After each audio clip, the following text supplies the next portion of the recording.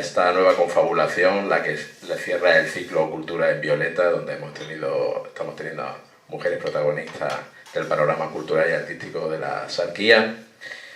Y bueno, bienvenido a este refugio de la palabra, donde no talamos árboles, donde no lanzamos misiles, donde conversamos, donde no subimos el precio de la gasolina, nos aislamos un poquito, donde no arramblamos con la estantería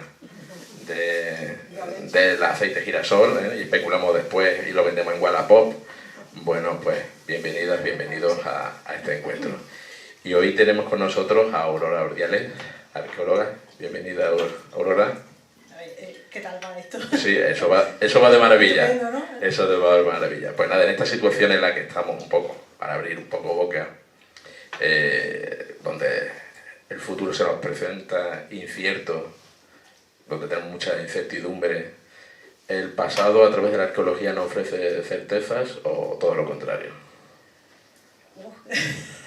No sé si eso se podría vaticinar tanto, ¿no? No podemos llegar a tanto, pero bueno, echar la mirada atrás y a veces te asusta cuando ves lo que puede pasar, entonces, pero vamos a dejarlo en interrogante. Lo dejamos en interrogante. Sí, que mañana podamos ir al Mercadona a comprar. Aurora Ordiales es torroseña, es licenciada en Historia en la especialidad de Arqueología por la Universidad de Granada. Ha trabajado en infinidad de proyectos de investigación de campo, en toda España se podría decir, principalmente en el extranjero también. En el extranjero también, ya lo irás contando. Es colaboradora de la Fundación Cueva de Nerja, trabajas en el Centro Arqueológico, eres la directora responsable. Soy responsable. Eres responsable del Centro Arqueológico del Faro de Torrox, la Villa de Clavicum, que tanto hemos visitado en nuestro momento aquellos de instituto, que nos llevaban bueno, yo creo que por ahí ha pasado toda la Sarquía, ¿no? Y muchísimas generaciones, ¿no? Y esperemos que sigan pasando. Y que sigan pasando, ¿no? Y en la actualidad pues eres directora del Museo Arqueológico de Frigiliana, que está un poco en stand-by, esperando recolocarse, ¿no? Proyectos que se empiezan y después temas administrativos pues que los tienen un poquito para ellos, pero bueno, vamos a ver qué tal. Y bueno, siempre nos gusta conocer los pasos, eso desde que empieza, del por qué te dedicas a la arqueología hasta finalmente pues desarrollar todos estos trabajos que hemos antes mencionado. ¿Cómo ha sido ese tránsito desde estar en el instituto? ¿Cómo fue introducirte en el mundo de la arqueología? Pues la verdad es que ni yo me lo esperaba. Ha sido una sorpresa hasta para mí, así de fácil. A mí siempre el tema de la historia me ha gustado, era una asignatura que se me iba estupendamente. No necesitaba, decía, la visión general es historia, hay que hincar los codos, pues yo no tenía ese problema. Yo fácilmente con lo que estudiaba me lo leí un par de veces y las clases, buena nota, entonces sin ningún tipo de problema.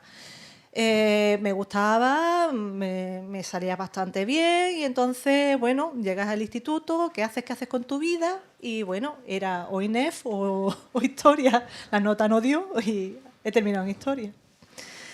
Llego a Granada, en principio mi visión de futuro era dar clases en un instituto hasta que, por casualidad, unas compañeras de clase empezaron a hablar de un yacimiento romano en Mallorca, la ciudad romana de Polentia, y yo que soy de experimentar, que me gusta a mí meterme en charcos todos los que pille y más, pues voy a probar, era un mes en Mallorca, julio, agosto, no recuerdo muy bien, o mitad de julio, mitad de agosto, terminé en Mallorca y dije, uy, a mí esto me gusta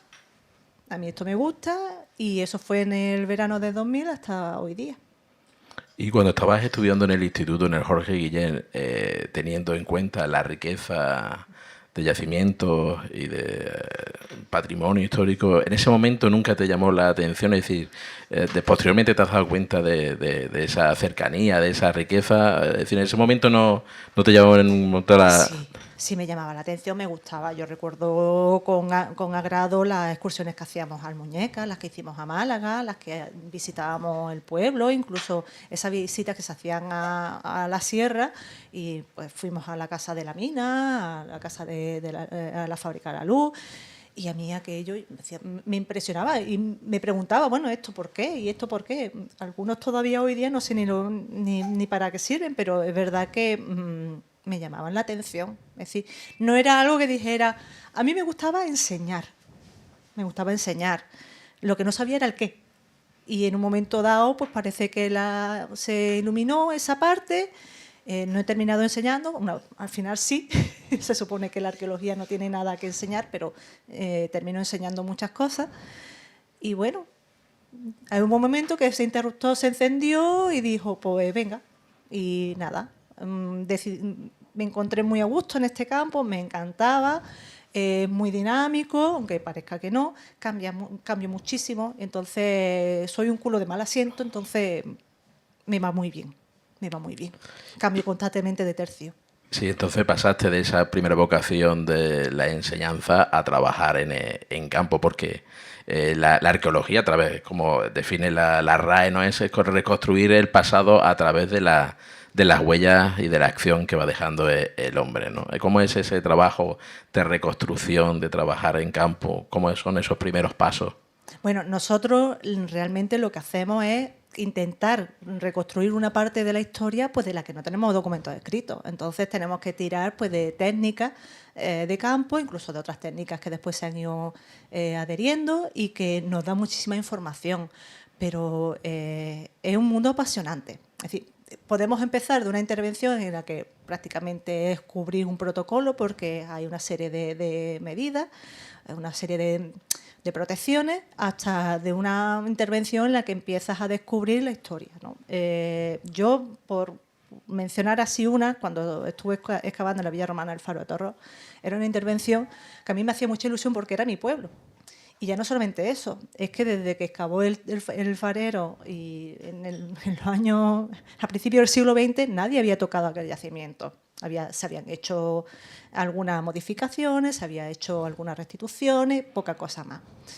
Pero aquel yacimiento teníamos muchísimas noticias, pero todas a raíz de lo que había excavado un señor con una técnica muy rudimentaria a principios del siglo XX. Y dice, bueno, ahora esto es un reto. Es un reto.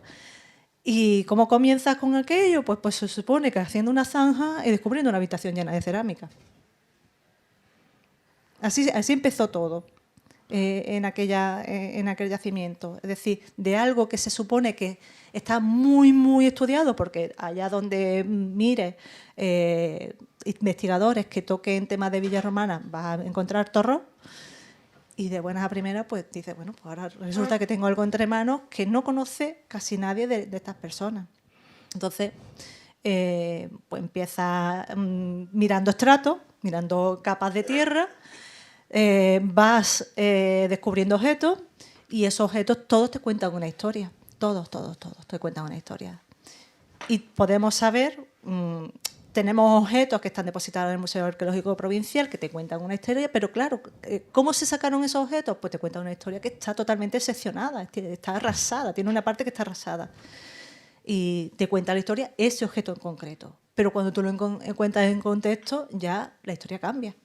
Es decir, tienes una villa que sabemos que estuvo ocupada durante muchísimo tiempo y que termina siendo arrasada. Y una destrucción y un abandono debido a un momento muy crítico y que el final es trágico. Más o menos te lo deja intuir las fuentes que nos deja el farero, pero después tú ya lo corroboras. Y no es lo mismo que te lo cuente un farero hace 100 años y de la forma que te lo cuenta, que yo te diga, no, pues ha pasado esto porque tenemos un nivel de incendio y en el nivel de incendio estaba todo in situ y esta gente salió corriendo. No es lo mismo. En esa situación que estás comentando, concretamente local, ¿no? También debe ser complicado en algunas ocasiones enfrentarse o derribar ciertos esquemas ya establecidos por la historiografía anterior, ¿no? Es decir, empezar como una tabula rasa, ¿no? Es decir, se ha establecido un estudio previamente con sus métodos y sin embargo ahora tenéis que hacer como empezar de cero. Eso hay una complicación añadida, el empezar de cero, el también romper ciertas barreras, es decir, a ver qué nuevas historias nos si van a reescribir una historia que ya teníamos asumida. Siempre. Eso va a ser siempre. Es decir, yo lo he hecho con lo que ha pasado antes, pero después vendrán detrás mía diciéndome, no, esta señora aquí pues no atinó, o ahora sabemos que esto es así. Sí, esto es que es evolución, es que yo no puedo pensar que lo que yo diga se va a quedar ahí. Habrá cosas que se quedarán ahí, pero hay otras cosas que tengo que ser consciente de que no van a ser, no se van a quedar ahí, que van a evolucionar y que va a profundizarse en el estudio.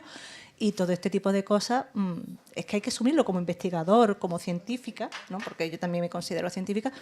Eso va a pasar. Va a haber un método o va a haber alguien que va a tener un conocimiento más profundo. El que venga detrás seguro que va a mejorar lo mío. Seguro. Porque tiene mi experiencia y va a superar esa experiencia. Es decir, va subiendo escalones. Entonces, ¿el pasado nunca termina de escribirse? No. Realmente no. El pasado sigue vivo, ¿no? Sigue vivo. No, lo vemos constantemente. Lo que se escribió en los periódicos, en las noticias, hace una semana de esta guerra que estamos viviendo, por desgracia, ha cambiado con respecto a lo que puede publicarse hoy. Es constante. Hoy día es más rápido, muchísimo más rápido. Entonces se genera tal cantidad de información que es mucho más difícil de gestionar. Pero sí, el pasado cambia constantemente. En el momento que yo abra un libro y descubra y lea otra cosa, ya está cambiando. ¿La arqueología está llena de fake news? Por desgracia, sí. Encuentra muchas cosas, ve muchas cosas. También ten en cuenta que va a depender mucho no de que un investigador quiera hacer, acaso hecho, una noticia falsa, sino de que en un momento dado tú tienes una percepción y dentro de 3 años retomas ese tema y hay millones de... Es decir, lo que he hablado antes, que nunca cambia. Otra cosa es la percepción que tiene la prensa de lo que se hace en arqueología, que es verdad que hay veces que agárrate, que vienen curvas, porque hay cositas que son lindezas. Pero a conciencia yo creo que no hay investigador que te puedes equivocar, porque es parte de ese proceso muchas veces, de que tú te equivocas, bueno, pues retomas y dices, bueno, pues lo que dije aquí, ahora, con estos nuevos datos, me voy aquí. Es inevitable. Hace unos meses tuvimos aquí con nosotros a José Antonio Ergueta, que ha realizado distintos, y ahora me parece que está una publicación en torno a la ruta fenicia en la costa, y realizó un documental sobre el historiador o arqueólogo Schouten. Me parece, ¿no? Y, bueno, comentaba que él, ese arqueólogo historiador, tenía una idea en la cabeza, la de encontrar tartesos y eso. Mainake, sobre todo. Entonces, esa percepción, ¿no?, de que tú tienes un esquema y que lo que tú encuentres se tiene que ajustar a ese esquema que tú tienes, ¿no? Muchas veces nos encorsetamos porque tienes una idea y dices, no, yo quiero ver esto. Y muchas veces, claro, es como, no sé, cualquier situación que pueda haber. Es decir, hay gente que se monta películas, ¿no? Porque quiere ver eso. Quiere ver eso y se encorseta en esa idea porque quiere ver eso. Después a lo mejor toma distancia y dice, bueno, pues no era así. Este hombre, Adolfo Schulte, él iba buscando, tenía una fuente y como en aquel momento las circunstancias que había era que no se había descubierto Tarteso, no se había descubierto Mainake, que había tantas cosas, es decir, y aún hoy día, después de todas las investigaciones, siguen muchas cosas en el aire. Bueno, este hombre con sus medios, con las fuentes escritas, fue buscando y pensaba que había descubierto pues ciertos yacimientos. Bueno, hoy día pues podemos decir, confirmar o totalmente decir que no. Es que al final volvemos a lo mismo. Hace 100 años era una percepción y hoy día tenemos otra. Hemos evolucionado, hemos cambiado, hemos estudiado y eso permite que tengamos un conocimiento más amplio. Pero gracias a que gente como esta pues, tomaron su iniciativa. Lo que yo no veo justo desde mi punto de vista es juzgar a estas personas, igual que en este caso Alfarero Tomás García Ruiz en Torró. Mucha gente dice, bueno, es que este hombre, bueno, es que era lo que había en su tiempo. No podemos juzgar hoy día lo que hizo. Y menos más, que en muchas ocasiones fueron valientes y tomaron la decisión de hacer ese tipo de investigaciones. Entonces, bueno, no podemos juzgarlo. Para mí no. para mí no. Después ya cada uno que decida lo que quiera hacer.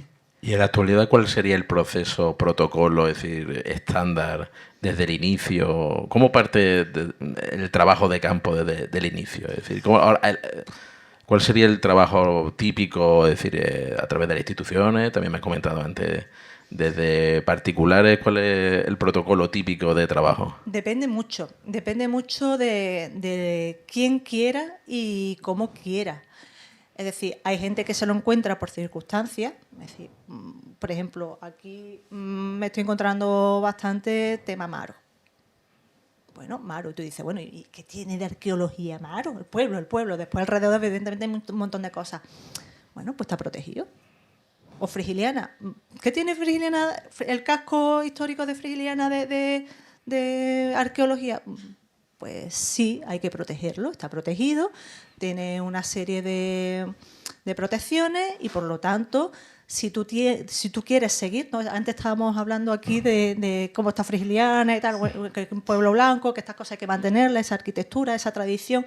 Bueno, pues eso que se ha mantenido durante muchísimo tiempo, se quiere seguir manteniendo.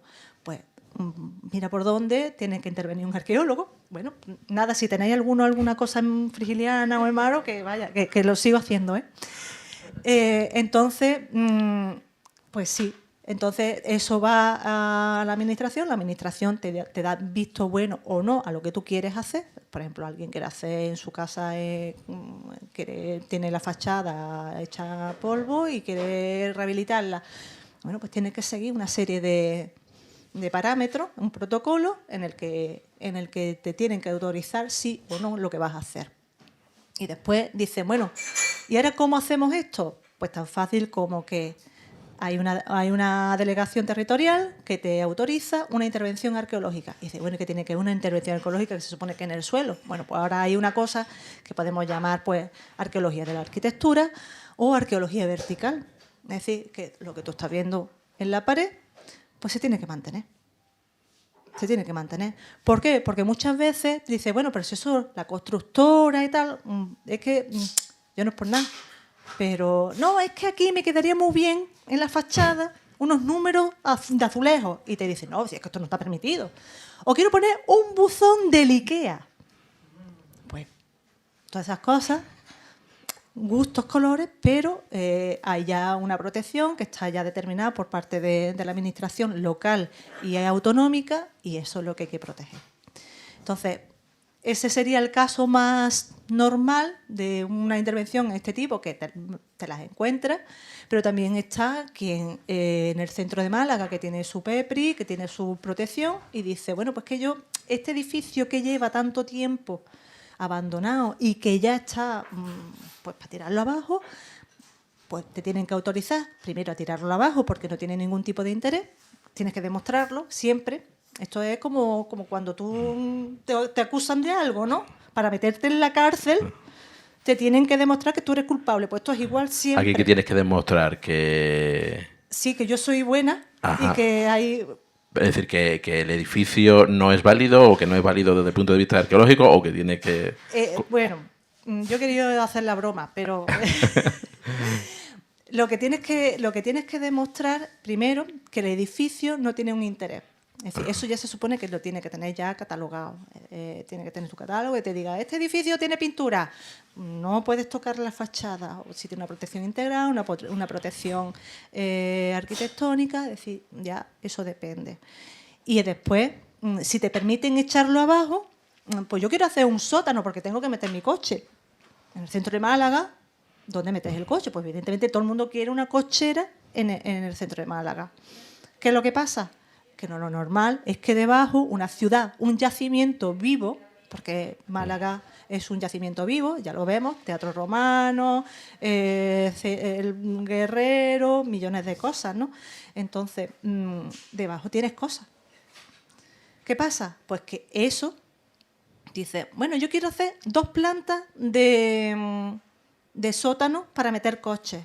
Bueno, pues, ¿cuántos metros necesito? 4 metros o 6 metros, ya depende.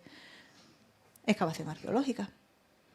Y ahora, depende de lo que te aparezca, te dirán si tú puedes seguir con ese proyecto que tú planteabas inicialmente de tu casa y tu cochera en el sótano o no. Lo mismo, te aparece, como apareció en Málaga, la tumba del guerrero, y te dice, pues no, señor, usted o señora, no puede usted, porque a ti esto hay que conservarlo. Entonces, o lo que aparece, bueno, pues está en tan mal estado, está tan sumamente arrasado que no merece la pena. Entonces, te permiten. Es decir, todo también, ya te digo, es bastante subjetivo con respecto a lo que te encuentras, es sorpresa.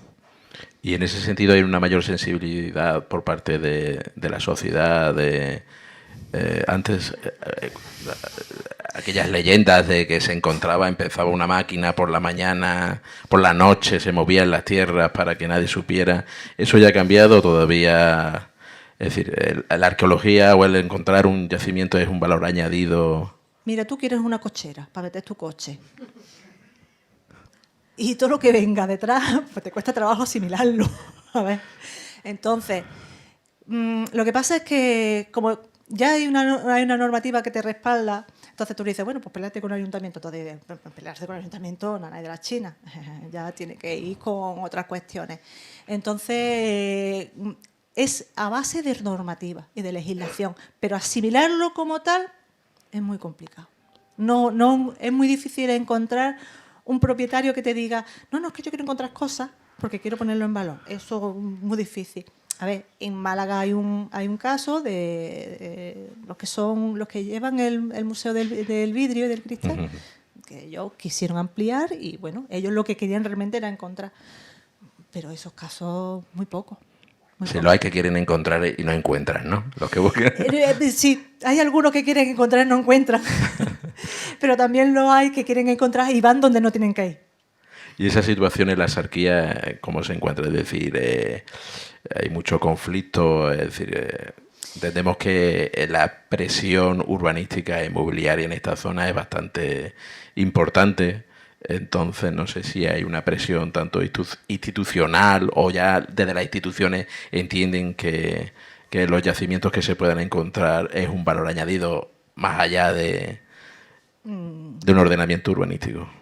Partimos de la base de que difundir es conocer. Si no conoces, destruye. Problema que tienen los municipios, por ejemplo, en la Sarquía. Voy a hablar de la Sarquía, pero realmente en toda la península y tal. Pero no hay intención. Es decir, pueblos como a lo mejor que vivan del urbanismo, de sacar licencias adelante y tal, les cuesta mucho trabajo. Les cuesta mucho trabajo porque eso puede suponer trabas. Entonces, que los hay y que lo hacen, sí. Pero cuesta... es decir, siempre se dice que los niños que eduques hoy van a ser, pueden que sean los políticos del futuro, ¿no? Pues muchas de esas actividades que se hacen van en ese camino, ¿no? E intentar enseñarles que respeto. Porque entiendes que el peor enemigo de la arqueología y del estudio de nuestro pasado puede ser el desconocimiento. Por supuesto, pero no solamente de la arqueología, de todas las ciencias. Es decir, tú no conoces, no aprecias. Ahora todos apreciamos a un investigador desde que tenemos una pandemia y que todos queremos un Instituto Pasteur en España que nos saque adelante vacunas. Pero eso pasa. Hasta que tú no te ves con la necesidad, no apuestas por algo. Y pasa con lo que te estaba comentando antes, ¿no? Que me llevan algunas criaturas turbadas. Es que me han dicho que eres un arqueólogo. Pues claro, tú no valoras el trabajo de un arqueólogo hasta que no te topas con él. No tienes necesidad de sacar adelante ese problema que tú tienes. Siempre andamos, ¿no? Menospreciamos mucho la cultura y no hemos empezado a apoyarla o a valorarla hasta que no hemos visto en casa encerrados y que había varias personas, muchísimas personas, que daban contenido y nos entretenían. Yo no sé qué hubiese pasado con la mitad de los españoles si no hubiesen cerrado la tele. Pues, o no hubiesen habido informativo, nos hubiésemos vuelto locos, porque... Y fíjate que eso es cultura y nadie lo tenía en cuenta. Entonces, y el mundo de la arqueología es la hermana pobre. Sí. Una hermana pobre, por desgracia. A lo mejor este tipo de actividades o lo que tú estás aquí montando tiene un poco más de visibilidad porque tenemos una cámara delante. Sí, Yo que me voy... que he puesto yo, ¿eh? Que decir que también hay que entender que... Bueno, un día de esto hablaremos, Sí, sí, bueno. sobre los medios de comunicación. No vamos a decir nada. Ya hablamos en otro momento. Pero si yo me voy sola o estoy con un equipo de peones o de arqueólogos en el que no entra una televisión a mi yacimiento, no existo para nadie. No existo. Mi trabajo no existe. Una cosa que me llama también que puede llamar un poco a las reflexiones también últimamente, he leído sobre la necesidad de colaboración entre el mundo de la creación cultural y de la ciencia, ¿no? Porque unos y otros se necesitan a la hora. Es decir, la ciencia necesita, según ese estudio, bueno, esa reflexión, necesita de los creadores, de la imaginación, del relato para hacer llegar ese conocimiento a la sociedad o al público en general. ¿En qué situación se encuentra la arqueología? Pues, por ejemplo, tenemos un binomio que llega a mucha gente, que es el de Arzuaga y Juanjo Millán, ¿no? Que además de la arqueología reflexiona sobre la propia naturaleza del ser humano, ¿no? La arqueología necesita de ese binomio, de esa colaboración, o por sí sola puede llegar al público. Necesita porque hay que tener en cuenta también una cosa, que a veces los mismos arqueólogos somos los que te ponemos la valla delante de las narices para que no sepas lo que estoy haciendo. Entonces llega un momento en que eso tiene que salir a la luz. Y muchas veces el problema que tenemos es el lenguaje que tenemos tan sumamente técnico que tiene que hacerlo más accesible. Es decir, yo pongo muchas veces como ejemplo, es que tenemos que hacer arqueología a nivel usuario. Porque yo no le puedo ponerme a hablarle a un chavalito o a una chavalita de 12, desde los 6 años hasta los 15 o 16, bueno, incluso hasta gente de más mayor. No hace falta irnos a gente tan pequeña. Yo no puedo ponerle a hablarle de carbono 14, de isótopos y de historias varias, o de tipología, lamboglia. No se entera. Tengo que explicarle que el cacharro que está viendo es una producción o se hacen los cacharros en Italia y nos los traen. Igual que hoy día nos traemos la vajilla de China. Pues yo tengo que explicárselo. Explicárselo así. No le te puedo decir, no, es que esta tipología tiene el labio, es basado y porque es... No, a ver, no. Eso no lo quedamos entre nosotros, para quedar bien. Pero ya después... yo tengo que explicarle al resto del mundo qué es eso. Entonces necesitamos ponernos a que la gente entienda lo que hacemos y que no piense que nos vamos a Egipto todos a excavar. Yo quisiera, pero ya te digo, que no es... tenemos que hacerlo todo mucho más llano, más accesible. Pero bueno, estás comentando eso de irte a Egipto a excavar y, sin embargo, cuando excavaste en Torrox, en tu pueblo, encontraste una historia apasionante, ¿no? Sí, es decir, en Torrox siempre estaba, yo lo digo porque yo lo he vivido, ¿no? Una de las cosas que me llamó a mí la atención de la historia fue que mi padre me contó la historia del farero. Entonces yo la tenía ahí a sangre, ahí, grabadita. Entonces, todos conocemos, mejor o peor, conocemos la historia del farero, de que si se la ha llevado, que pito y flauta, ¿no?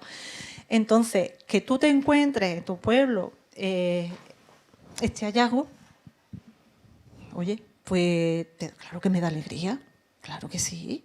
Es decir, que ya no solamente sepamos lo que escribe gente de fuera, sino que alguien que escribe algo de Torrox y que sea del pueblo, pues mira que... Pero a mí mi mayor satisfacción no es que yo escriba de mi pueblo, yo es que venga gente allí al faro y yo poderle contarle la historia del yacimiento. A mí eso me llena muchísimo. Es decir, que yo trabajo en mi pueblo, que viene mucha gente, que las visitas que hacemos pues son amenas, que se hacen más o menos divertidas y que tú le estás enseñando tu pasión y además en tu pueblo. Es decir, que ser profeta, bueno, ya profeta nada, eso ya es mucho, ¿no? Pero que por lo menos en tu pueblo valoren lo que haces. Bueno, habrá por ahí alguien que no, pero en principio la valoración es positiva. ¿Y se sigue teniendo en cuenta por parte del público general la percepción de que eso es un estudio de ruines, de piedras viejas? Sí, bueno, escucha qué cosa que... telita, vaya. Es que esas piedras que hay por ahí, aquí lo que hace falta es construir bloques. Y tú te quedas así. Sí, esa percepción y ya le intentas poner en contexto. Dice, bueno, vamos a ver, ¿tú qué harías? Si yo llegara a la casa de tus padres, así, tal y como está, que tú lo tienes hecho un museo, y yo llegara y dijera, no, esto lo que hay que hacer es echarlo abajo, y tú te dijeras, pues no es lo de mis padres, claro, pero es mi antepasado, y yo sé, este es mi contexto, este es mi ambiente, yo sé lo que soy gracias a esto. Hace unos días hablábamos de una circunstancia. Ahora estoy tirando mucho lo de la guerra de Rusia y Ucrania, ¿no? Pero, ¿qué es lo que somos si nos desarraigamos de nuestro sitio, de nuestro entorno? ¿Qué son esas personas que se han tenido que venir de Ucrania a un país como España, cuando no tienen vecinos? Ya, ¿qué son? ¿No? Pues no tienen su parque al lado, no tienen su casa, entonces han perdido parte de su identidad. Pues parte de mi identidad son esos muros que están ahí en el faro. Parte de mi identidad es ese pueblo que es Torró, que bueno, más blanco, ahora marrón, pero también es parte de mi identidad, porque yo he visto toda mi vida a mi vecina pues echando a la caja y a la calle, y niña, no te acerques que te quemas, ¿no? Y dale que te pego al escobín y blanqueando lo que es la fachada. Entonces, esa es mi identidad. Entonces, la valoro, cuando veo estas circunstancias, la valoro mucho más, porque tengo la suerte, porque si yo tuviera que salir corriendo, diría, yo no soy nadie. Es decir, si yo me encontrara sola en un sitio, ¿quién sería? Nadie. Un número, un carnet, pero ya está. También antes de iniciar, estábamos comentando que a través de tus estudios y de lo que vas descubriendo, te vas dando cuenta de que no hay tanta diferencia entre una familia de hace unos 2000 años y las familias de ahora. Es decir, que al final la naturaleza humana sigue mejor constante en las mismas necesidades, ¿no? Y que eso se refleja en vuestro trabajo. Sí, la verdad que sí, te das cuenta que a excepción del wifi, del teléfono móvil, de la cuenta del banco y de algunas cosas más, no hemos cambiado. Yo lo comparo mucho con la sociedad romana, ¿no? Cuando estudias un poco lo que es la muerte, te das cuenta de que no hemos cambiado tanto. A mí me gusta contar, cuando hablo sobre rituales de enterramiento, cómo nos enterramos, cómo hemos funcionado durante tanto tiempo, me gusta contar cómo se enterraba un pagano y cómo se enterraba un cristiano. Y les cuento esa historia y le hago la diferencia. Pero cuando le estoy contando eso, le digo, bueno, vamos a ver, ¿habéis dado cuenta de que lo que te estoy contando de un cristiano no hemos cambiado tanto? Cuando le cuento y le digo, es que los romanos, los paganos y los cristianos, todos pagaban todos los meses o cada cierto tiempo su enterramiento. ¿Quién de nosotros no está pagando su enterramiento hoy día? Pasado 2000 años. Todo el mundo. Los romanos iban al cementerio a llevarle pues una serie de obsequios, pues para que eran gente muy supersticiosa, y iban allí a decirle, oye, mira, que es que yo quiero que mañana no me llueva, porque tengo que ir a sacar, ¿qué te digo yo? Pues la cebolla. Hoy miramos el Google, ¿no? Pero iban al cementerio. Nosotros el día 1 de noviembre, ¿qué hacemos? A lo mejor a lo largo del tiempo ha perdido un poco ese contexto. Ya lo vemos un poquito como que vamos, limpiamos el nicho, le ponemos sus flores, lo blanqueamos y tal. Pero en aquella época era eso. Pero es que no hemos cambiado. No hemos cambiado. En ese aspecto no hemos cambiado. En cómo enfrentarnos a la muerte, cómo ver. Es decir, hoy lo tenemos bastante más frivolizado, pero cuando llega el momento, Nada, de la China. Cuando te toca, dice, ¿dónde está Júpiter? ¿Dónde está Cristo? ¿Dónde está Mahoma? Me da igual. Y los ritos posteriores, ¿no? Es decir, de la despedida, del adiós, yo creo que se repiten, ¿no? Siempre, es decir, tú ves un enterramiento de un fenicio, ves un enterramiento de un romano, y todos tendemos a hacer lo mismo. Es decir, todos queremos darle un buen adiós a un ser querido, sea la época que sea, y lo vas a echar de menos, por supuesto. ¿Cuál es la mayor sorpresa que te has llevado a la hora de hacer una investigación? Es decir, algo que haya roto tu esquema o, sin embargo, algo que haya intuido y que refutaba lo que tú pensabas. Es que eso es constante. Eso es constante. Es decir, que cuando tú vas a hacer una investigación arqueológica, tú tienes un trabajo previo, ¿no? Mi trabajo siempre consiste, cuando yo voy a hacer un proyecto, el mío y el de cualquier arqueólogo, consiste en ponerse en contexto. Sí, no me sirve, yo llego al campo con mi pico, mi pala y digo, ¡ay, aquí mismo! No, eso no lo hacemos. Tenemos que darle un poquito de emoción a la historia, ¿no? Tienes que saber qué metodología vas a utilizar, si la cuerda la vas a poner así o asado. Eso sin dudarlo. Y después yo, cuando voy a excavar, no es que llegue, venga, aquí pico yo pala hasta los 2 metros. No. Entonces, te encuentras sorpresas constantemente. Pero es que me has pillado a traspié. Sí. Me has pillado a traspié.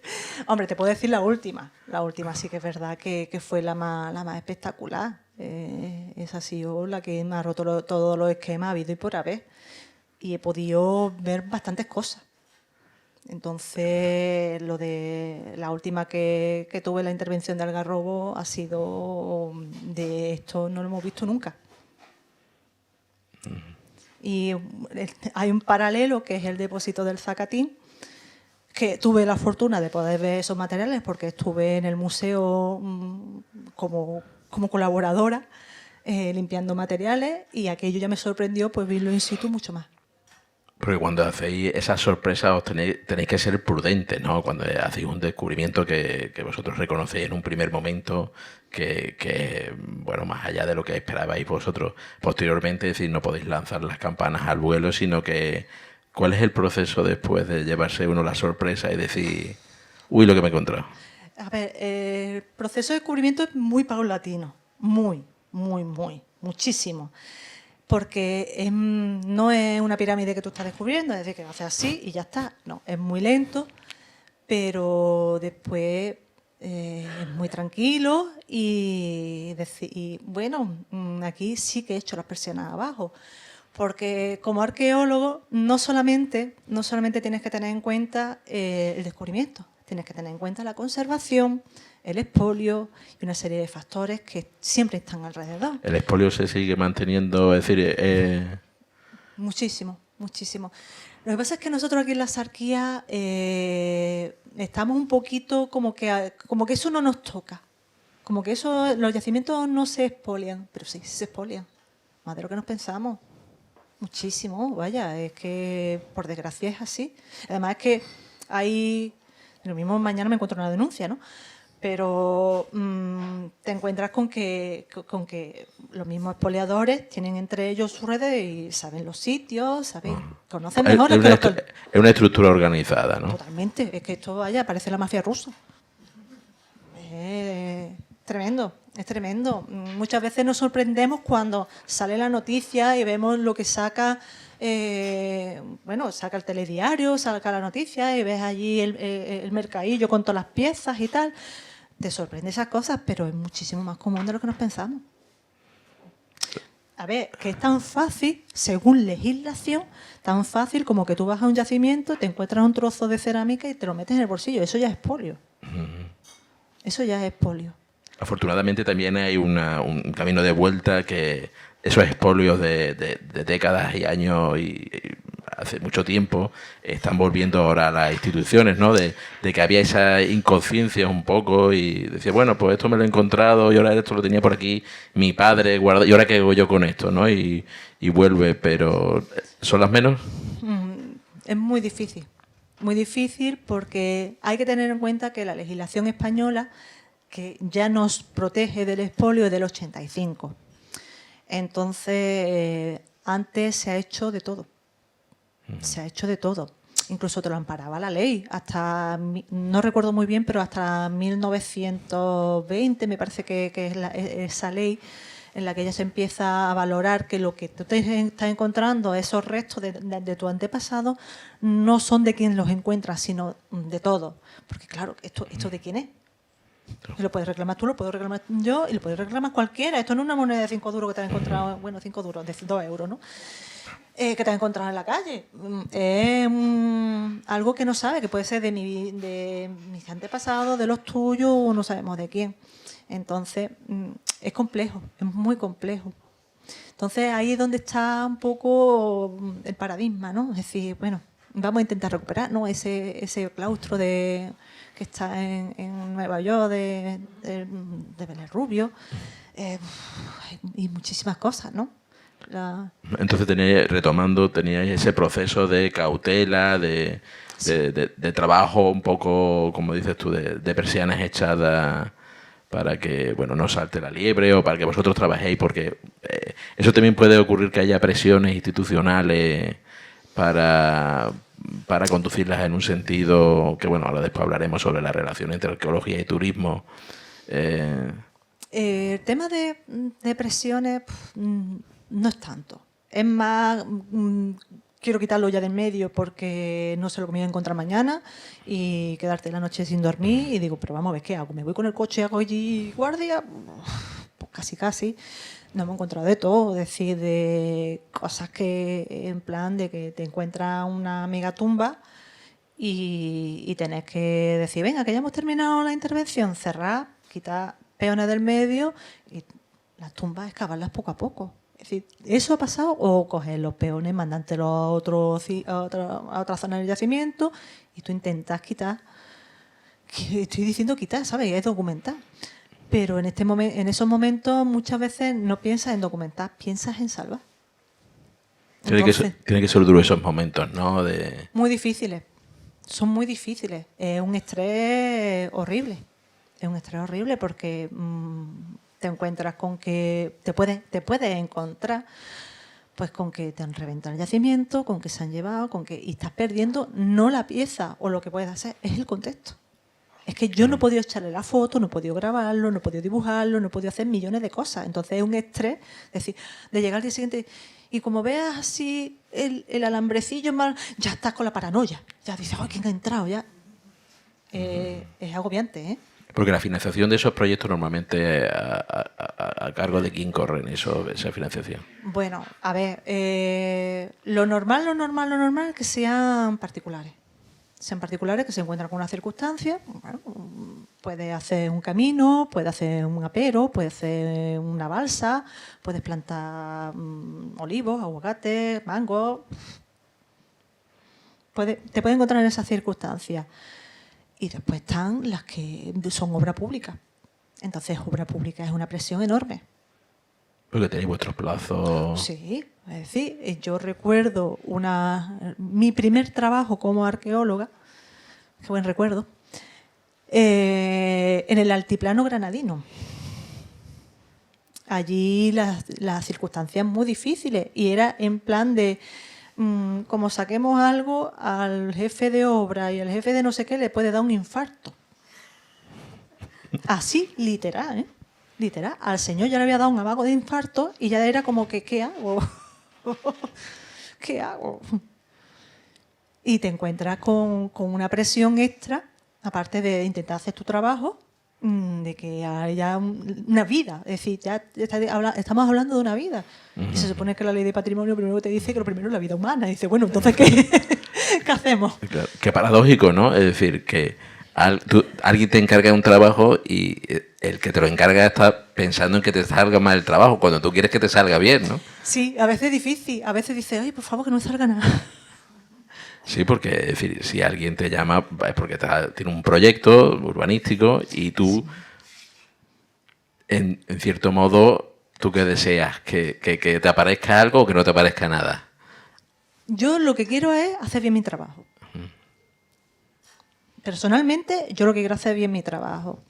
Después hay que intentar buscar las soluciones si hay algún tipo de... porque sale un hallazgo excepcional o no, o hay que buscar soluciones. Es decir, ya eso son las 3 patas o las 4 patas. Es decir, estoy yo, que soy la que está a pie de campo, hay un promotor o una promotora y después está la administración. Es decir, yo tengo que dar cuenta a todos. Entonces, a veces ponerlo a todos de acuerdo es, vaya... difícil. ¿Y en qué situación estamos en la Sarquía? Porque no hay mes en el que no surja una noticia al respecto de movimientos, de descubrimientos, de protestas, de polémicas, desde Rincón, Vélez, Málaga, Fenicio, Cueva, aquí en Nerja. Es decir, es constante el trabajo para vosotros. Son problemas.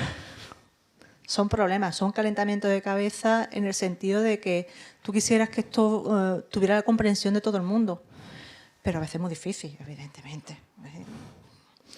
Pero la circunstancia aquí en la Sarquía, bueno, poco a poco se va avanzando.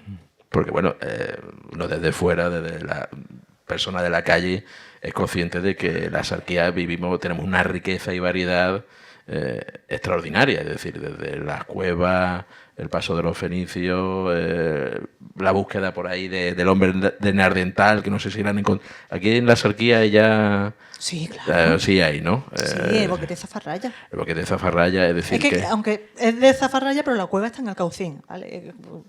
Sí, ¿no? Entonces, es un mundo que para vosotros aquí, por un lado, debe ser muy...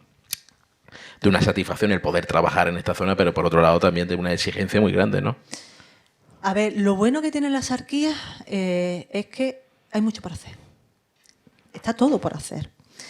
Desde que la Universidad de Málaga hizo algunas cosas en los años 80, aquí no ha vuelto a tocar nada. La cueva es constante. Es el único yacimiento que podemos decir que es constante, pero después está todo por hacer. Lo bueno que tiene es que está todo por hacer. Hay muchísimo trabajo, lo que pasa es que no lo pagan. Desde las instituciones no hay una... Muy complicado.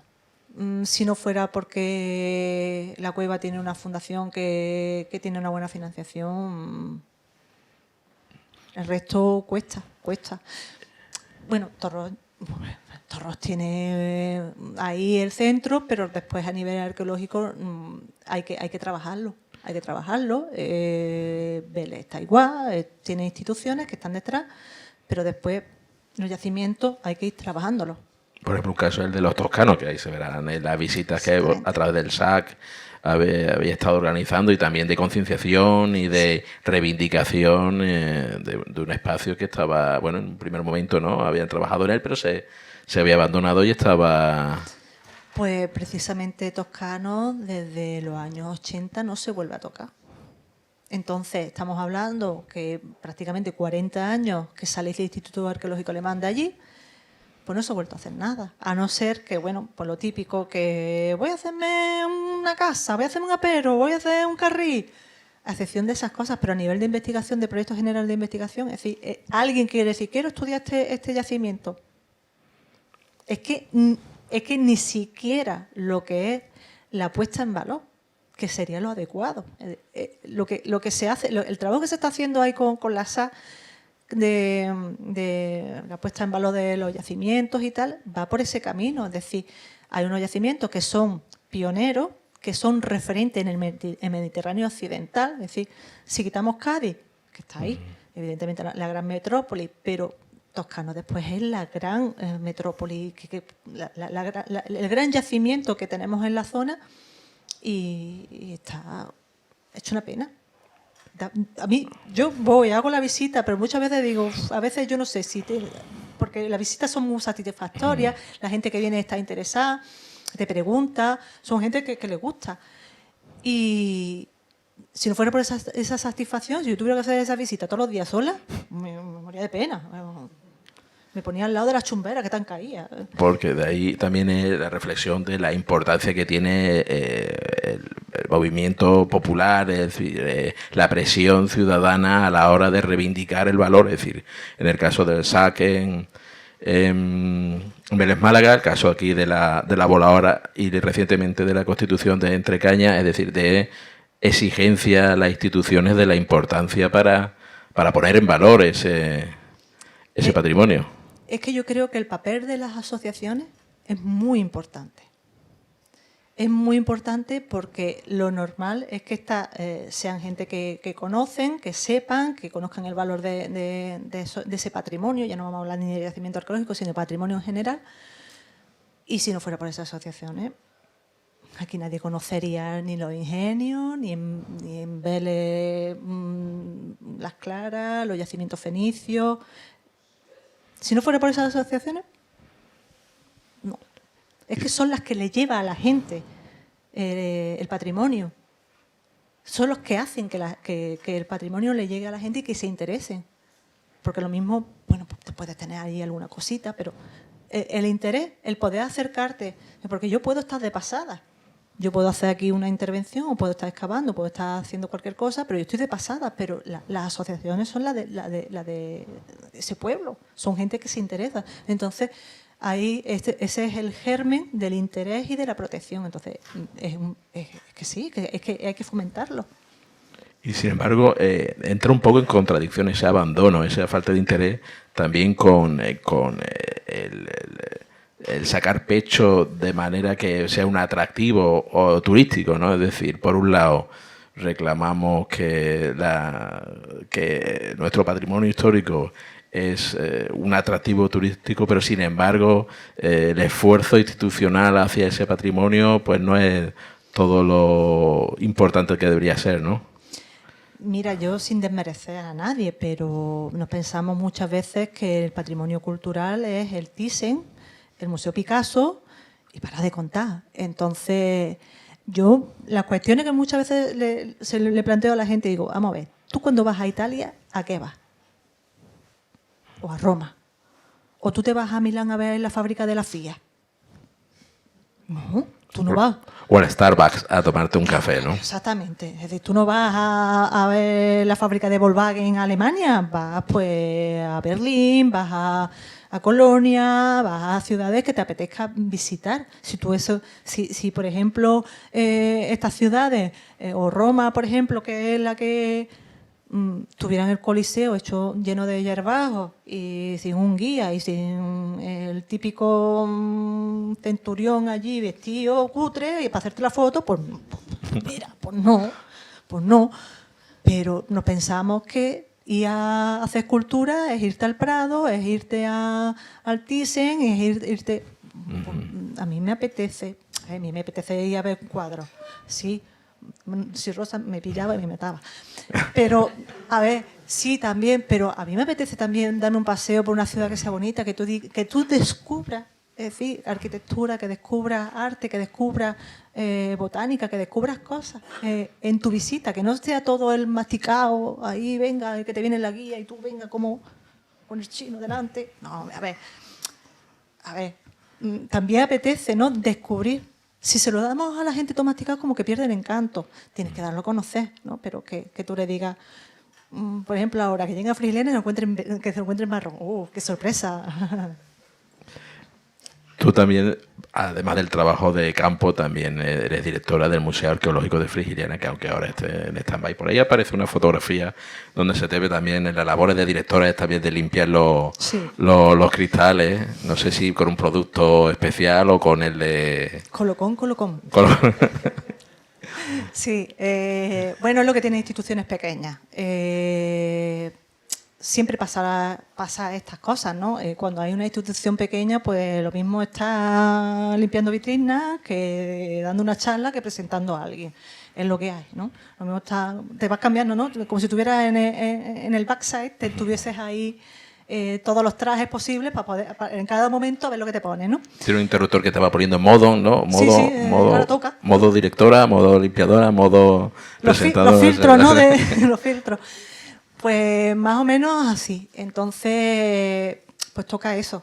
Ahí te vemos también, sí, en una intervención que hiciste y en esa tinaja, ¿no? Sí, la recuperación de la tinaja estaba muy mal estado. Frigiliana. Sí, la parte inferior.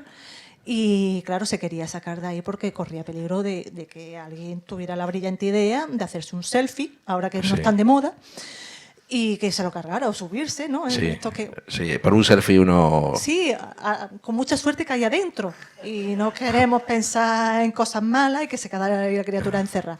Entonces, claro, se decidió recuperar la tinaja y bueno, claro, como estaba tan en mal estado, había que consolidar primero el interior. ¿Y a quién le tocó? A mí. Como para colmo, soy chica, canija, pues Te tocó. entré del tirón. Entonces, pues son labores que se van haciendo, afortunadamente. ¿Y cómo es el trabajo, es decir, en un museo de un pueblo como Frigiliana también, con tanta historia? Es difícil también porque tiene un poco tiene ese el nombre del pueblo más bonito de España y tal, y entonces eso pesa mucho. Sí, es una losa. Es una losa también. Hay gente que se pelea porque le den ese título, ¿no? Bueno, pues ya está, cada uno decide lo que quiere. No, a ver, son cuestiones que a veces siguen siendo pueblo. Entonces, cuando tú llegas con tu idea de cómo una institución, de cómo se tienen que hacer las cosas, pues educar, volvemos a lo mismo, educar a la gente cuesta. Yo estoy muy contenta, es verdad que Frigiliana haya contado conmigo para este proyecto, es una satisfacción, ¿no? Pero hay que reconocer que volver a educar a la gente que tiene una visión de una institución es complejo. Es complejo porque es como que tú vas a venir de fuera a decirme cómo tengo. Nos cuesta. Pero bueno, cuesta en Frigiliana, cuesta en cualquier sitio. Es decir, hay que educar. Hay que educar y hay que seguir contando, pues mira, esto es que hay que hacerlo así, porque hay una legislación, hay una normativa, y volvemos otra vez a lo mismo. Cuando hay una normativa parece que te hace más caso. Es como que tienes aquí al juez Garzón detrás, diciéndote, sí, pues esta mujer tiene razón. Bueno, así. La cuestión punitiva, ¿no? De que al final funcionamos a través del castigo y no de la sensibilización, ¿no? Exactamente. A veces funcionamos más porque hay una legislación que te repone. Mira, es que hay una ley, está todo el día. Y digo, puñeta, si es que parezco yo aquí el fiscal, todo el día, venga y venga. También en relación a tu puesto como directora, antes comentábamos que la presencia o el protagonismo de la mujer dentro del trabajo del área científica de la arqueología, ¿no? Y comentábamos que lo que es el trabajo de campo sois muchas las mujeres que estáis trabajando, pero que a medida que va subiendo el escalafón vais desapareciendo o vais desvaneciendo, ¿no? Sí, yo echo mucho de menos a compañeras. No, bueno, a ver, yo con los compañeros no tengo problema, nada, pero es verdad que echo de menos porque llega un momento en que se te queda cara de guardia civil. Perdón por el paralelismo, ¿no? Si hay algún guardia civil que me perdone. Pero se te queda cara de guardia civil porque te tira todo el rato así. Diciendo, esto es seria, porque te tomen en serio. Sí, todavía existe un área científica de personas que se entienden que están formadas, que tienen su estudio y todavía esa cuestión de que me tomen en serio. Sí. Sí. Debe ser duro el enfrentarse a esa situación, ¿no? En ese contexto de trabajo. Ahora que me estás comentando eso, me viene a la cabeza la viñeta esa de que cuando íbamos a hacer carreras, las mujeres teníamos muchos más obstáculos. Y era estoy viendo, ahora me ha venido a la cabeza esa imagen de los 100 metros, ¿no? El hombre sin ningún obstáculo y la mujer, el tendedero, la lavadora. Yo no tengo hijos, pero sí, se nota, cuesta un poco. No voy a decir mucho, voy a ser un poquito optimista, pero cuesta. Y vosotras, también a la hora de cuando os enfrentáis al trabajo los trabajos anteriores, ¿notáis que la percepción del hombre, su visión, se ha trasladado a la hora de realizar la investigación? Es decir, que hay un género, una visión masculina a la hora, porque comentábamos, ¿no? Es decir, si hay es decir, otorgar los papeles, los roles sociales desde la visión actual, ¿no? Partimos siempre de la premisa de que tendemos, lo que he comentado antes sobre juzgar a Adolfo Schulting y a Tomás García Ruiz, tendemos a juzgar desde nuestra perspectiva lo que pasó hace 50, 100, 500, 2000 y 3000 años, incluso muchos más. Entonces, el problema está en nuestro concepto. Porque muchas veces pasa, yo veo noticias constantes y me llama mucho la atención y me hace pensar, valorar todo esto. Dice, han descubierto que la tumba del guerrero vikingo era una vikinga.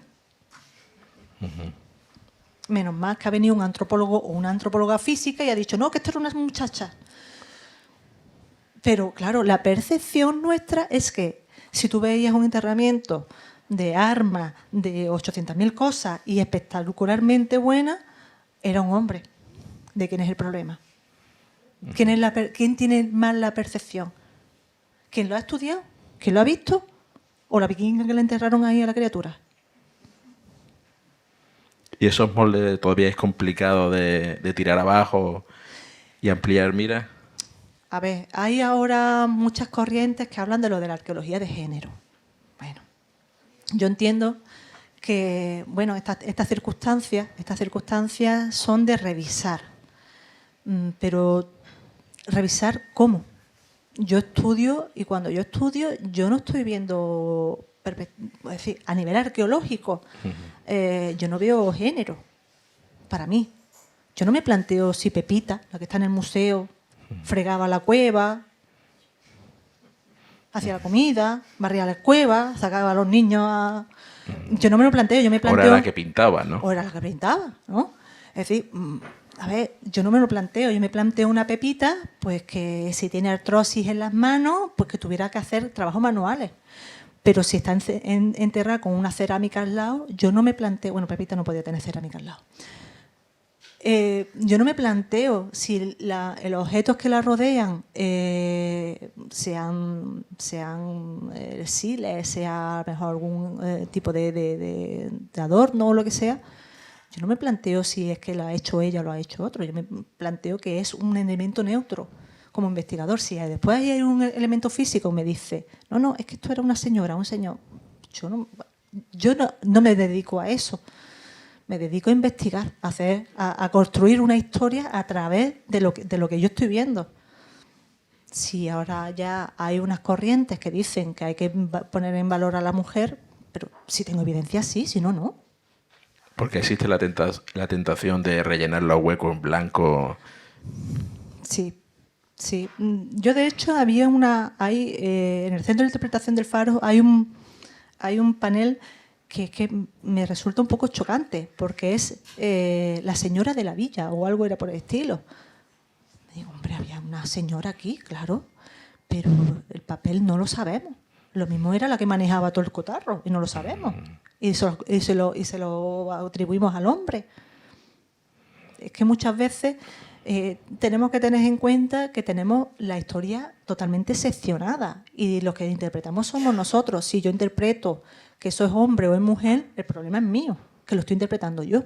Ahora, si ya me dice, la reina Isabel la Católica no se cambió la camisa hasta que tomó Granada, pues yo ya tengo ahí una fuente que me está diciendo, pues sí, pues la reina Isabel la Católica, pues no se cambió la camisa.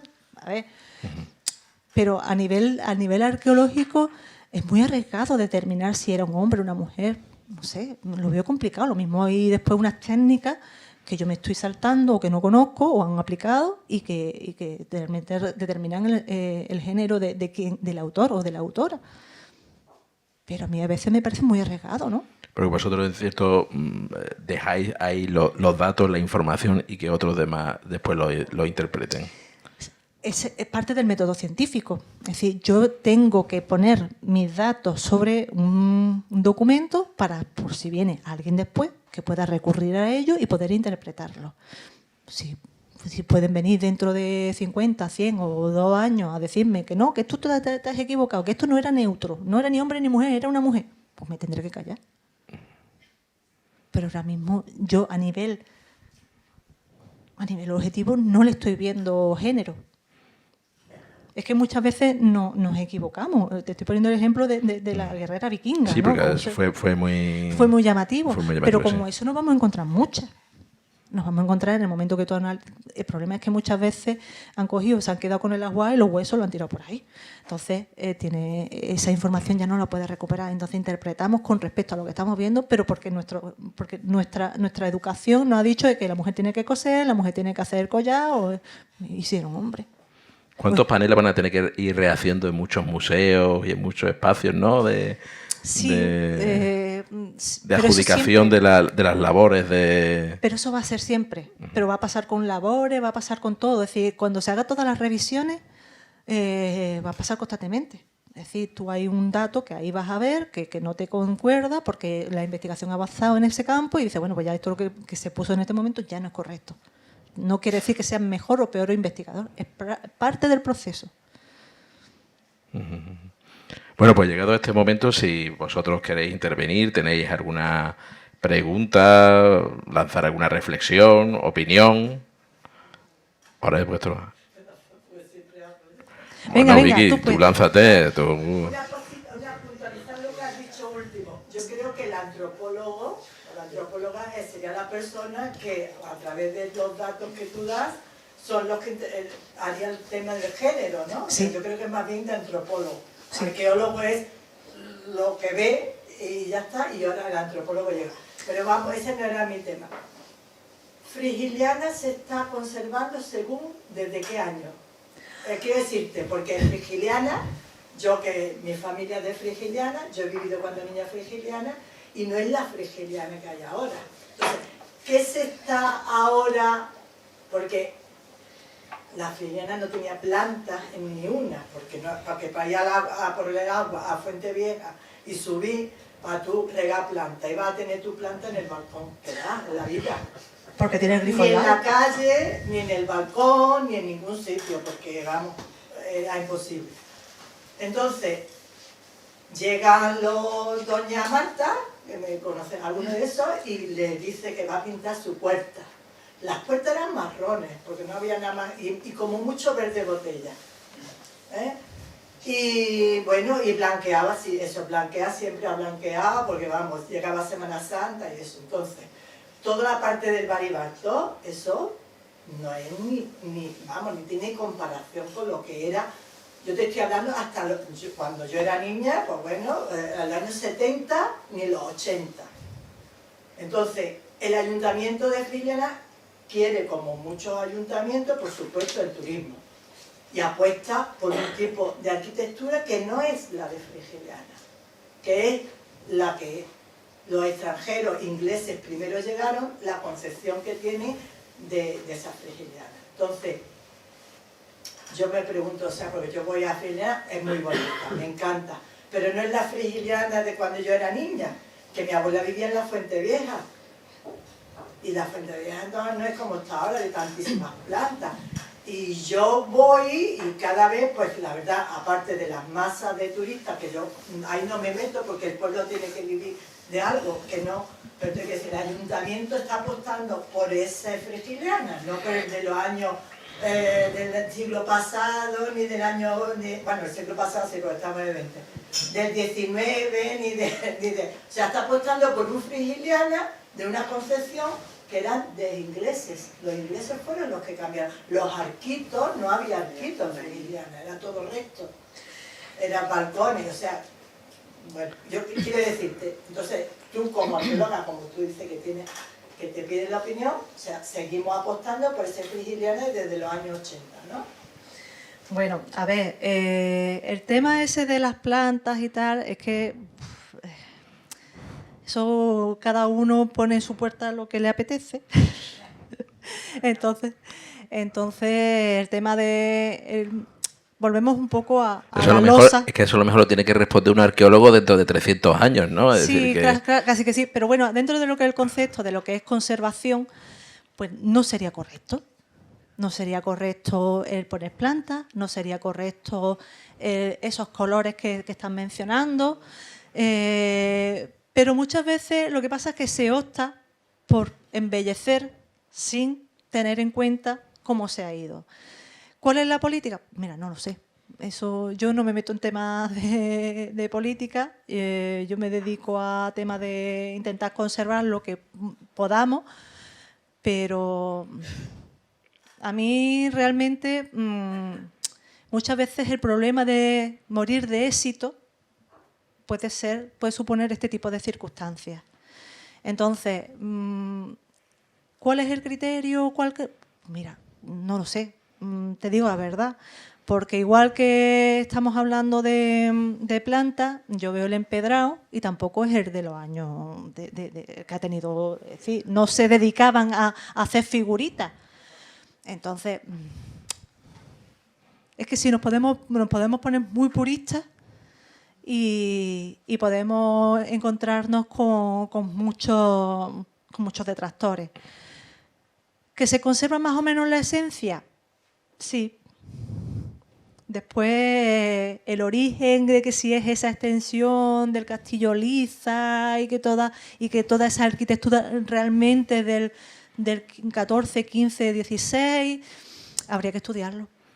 Porque, por ejemplo, la arqueología también puede servir sirve en muchas ocasiones para construir unos mitos fundacionales, unos mitos de identidad y unos mitos mitos, es decir, a partir de... Y el caso paradigmático lo encontramos en esta zona también en Frigiliana, con aquella símbolo que se encuentra y que sirve para montar, pues, en el presente un festival o una identidad, ¿no? Un arqueólogo a esa situación, ¿cómo se enfrenta? Es decir, ya a partir de ahí tú has hecho tu trabajo, tú has encontrado, en el caso de que encontraras un elemento, y tú dices, bueno, a partir de este elemento me están construyendo una película que puede ser verdad o no verdad. Es decir, rellenar, porque si me estás comentando que también el pasado lo estamos reescribiendo continuamente y el presente en muchas ocasiones lo construimos a partir del pasado, eso al final... El estudio científico serio que vosotros podéis realizar se puede un poco, ¿cómo se podría decir? Subvertir, tergiversar para, bueno, pues según los intereses ideológicos, económicos, financieros, etc. Eso, mira, hay una cuestión que es clara, que la historia, la arqueología y eso no lo tenemos en cuenta, pero es un instrumento para aculturizar horrible. Lo hemos visto en caso de Cataluña, es decir, esa aculturación que ha habido y ese manejo de las instituciones, incluso de la historia, ¿no? Hemos visto, muchas veces lo vemos, ¿no? En Facebook, esas referencias que... En esos casos sí tiene las instituciones, sí tiene mucho interés en crear, en invertir y en crear identidades. Ahora, y mitos, ¿no? El tema de Frigiliana, pues... Te lo establezco como paradigmático, ¿no? Es decir, que... por supuesto. Para mí, sigue siendo una tinaja. Para mí, ¿qué tiene? Un uso industrial, un uso de almacenamiento, es una antigua nevera. Lo siento mucho para la gente de Frigiliana, pero ese es mi punto de vista. Ahora, si tú ya libremente, como institución, planteas que esos símbolos me sirven para darle marco a una fiesta, para mí es una tinaja de almacenamiento, aceite, vino, grano, lo que tú quieras. Para mí eso, como investigadora. Después, evidentemente, bueno, eso tiene si quieres estudiarlo, puedes tirar de tipología, de pasta, de millones de historias. Y ahora tú puedes determinar por época, pues, si te cuadra con la historia que estás contando o no. Para mí, vuelvo a decir, es una tinaja de almacenamiento. Me voy a lo que yo estoy viendo, objetivamente. Ahora, la película que tú te quieres montar ya... ¿Y ahora en qué proyecto estás involucrada? Ha hablado ahí por encima de Algarrobo, no vamos a incidir más, porque además hemos visto vídeos por ahí, estuvimos hablando, me comentaste que, bueno, que cautela, ¿no? Que prudencia en ese sentido. Sí, ahora mismo en ese punto está muy en el aire porque estamos en pleno proceso de negociación y entonces como aquí hay muchas partes que están implicadas, pues nos dejamos un poquito en stand-by. El que quiera, ya sabe que está ahí, Facebook y las redes están ahí para rebuscar, lo pueden ver, que no, pues, ha salido.